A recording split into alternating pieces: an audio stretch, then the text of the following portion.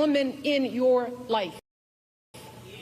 Your girlfriend could be the one in legal jeopardy if she needs a pill from out of state or overseas, or if she has to travel across state lines because the local clinic closed up.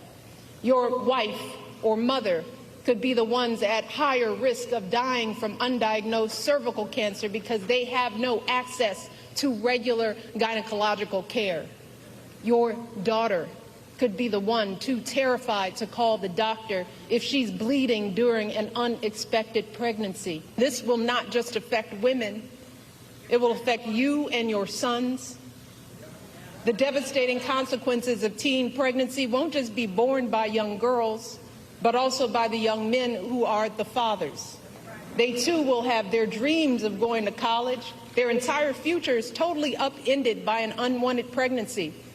If you and your partner are expecting a child, you will be right by her side at the checkups, terrified if her blood pressure is too high, or if there's an issue with the placenta, or if the ultrasound shows that the embryo was implanted in the wrong place, and the doctors aren't sure that they can intervene to keep the woman you love safe. I am asking y'all from the core of my being to take our lives seriously. Please.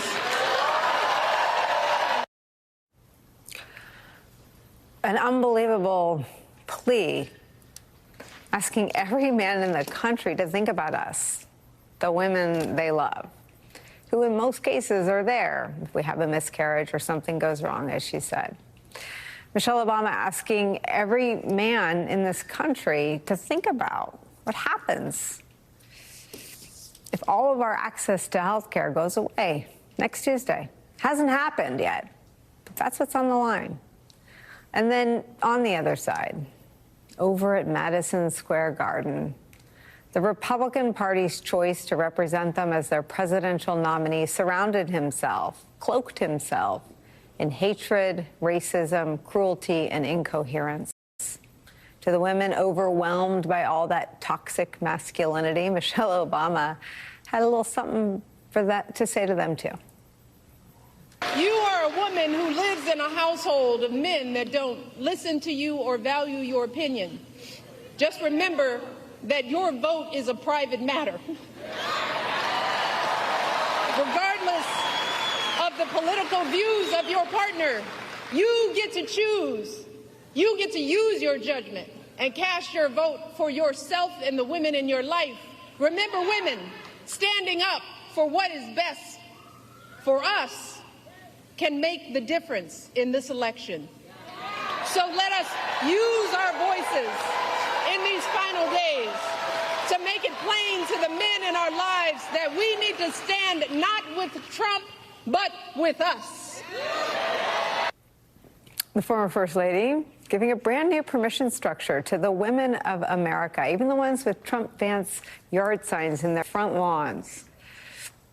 It's secret. Do what you know is right for you. Put your freedom and your daughter's freedom and your sister's freedom and health first. It's a message that could make or break this race that is still so tight and hasn't happened yet. This weekend, a new ABC News Ipsos poll finds Vice President Kamala Harris leading Trump by 4 points among likely voters, by 2 among registered voters. It gets us back to the question Michelle Obama raises at the top of that speech.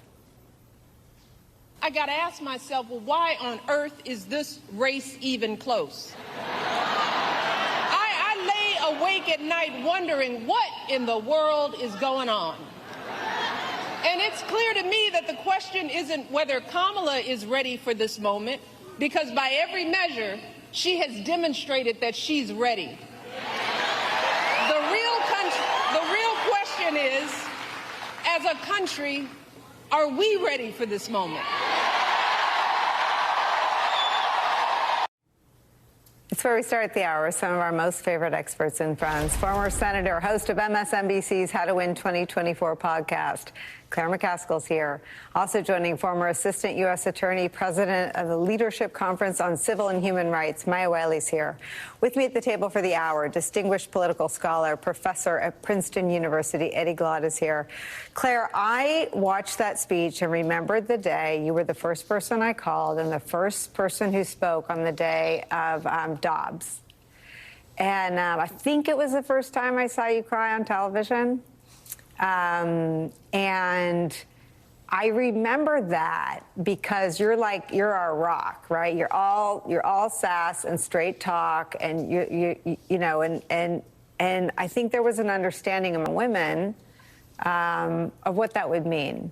And now we have the data point. Now I know why you cried that day. 2 women in Georgia have lost their lives. One, a mother of a young boy, a 6-year-old. He's an orphan because his mom died because of Donald Trump's abortion bans. What do you think about Michelle Obama's message?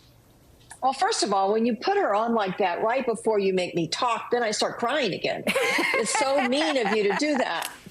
And I got to say, I don't know how this happened in America, but how did the number 1 and number 2, and I'm not saying which is which, best speakers in America, how did they end up married to each other?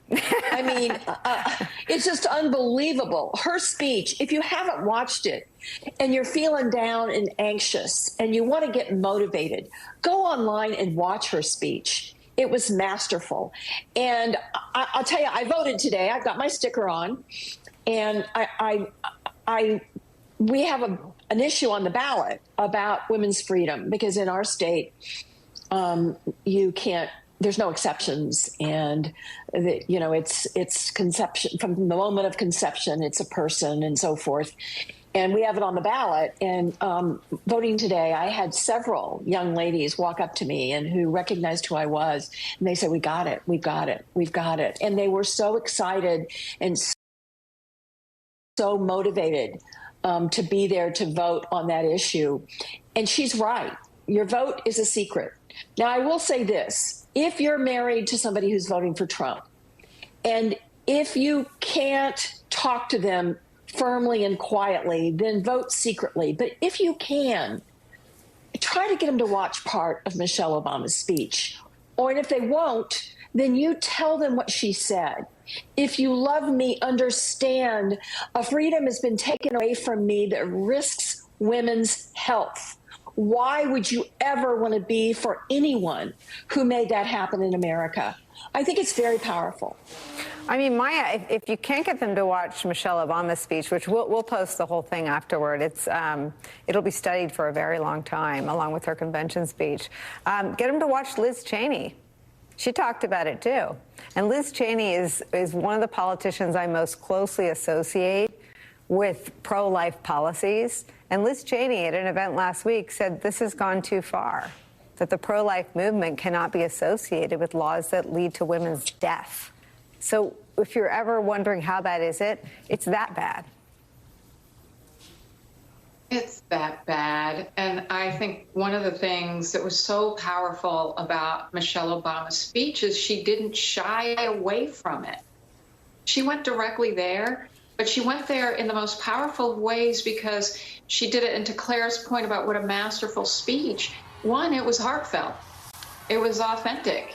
I have to say, we know any single woman who has to, or girl, because we got to remember this is also girls this is happening to, girls who may have been raped or victims of incest, that this is a reality that people are experiencing right now.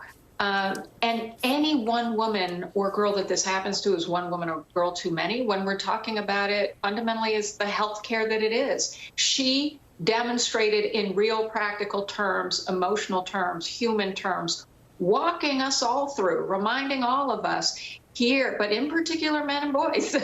And I say boys because I'm old. So if you're old enough to have a baby doesn't mean you're old enough to be a father. Or the consequences of that, but the reminder of how it will feel if you are in this position, and it's all too likely. And at the DNC, remember, they had women who have had this experience. And so I just think one of the things that was so important about this, though, watching Michelle Obama as a Black woman, because we know that when we're talking about Amber Thurman, the mother who you mentioned, the mother who had a child, the mother who wanted another child, the mother who is now dead, was a Black woman. And that Michelle Obama, as a Black woman, is talking also for a community of women who are dying at 3 and 4 times the rate when they are pregnant.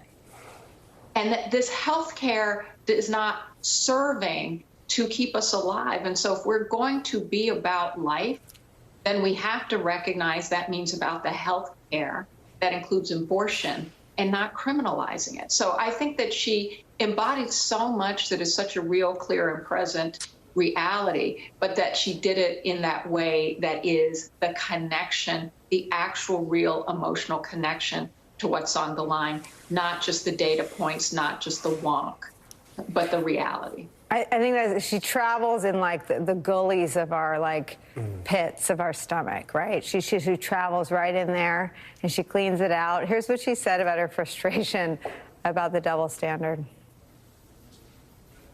I hope you'll forgive me if I'm a little frustrated that some of us are choosing to ignore Donald Trump's gross incompetence while asking Kamala to dazzle us at every turn.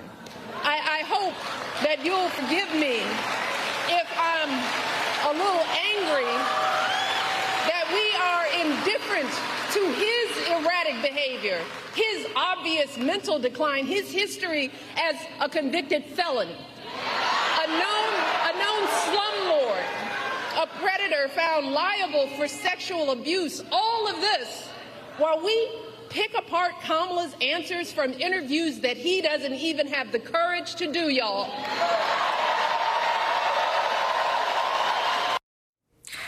This, Maya, and I want to bring you in on this too, this is about where we're broken. Mm-hmm. If there is an event that is billed as something that will help voters make a decision, and one person shows up and the other stands it up because he's afraid to share a stage with her because she kicked his ass from New York to San Francisco the last time he tried that. The job of the lens isn't to zoom in on the one that showed up and said, you know, like gymnastics. The vault was never been done before, and it was a gorgeous vault, but there was a little like stutter step on the landing. So, you know, I don't know. The other guy didn't even freaking show up. Right.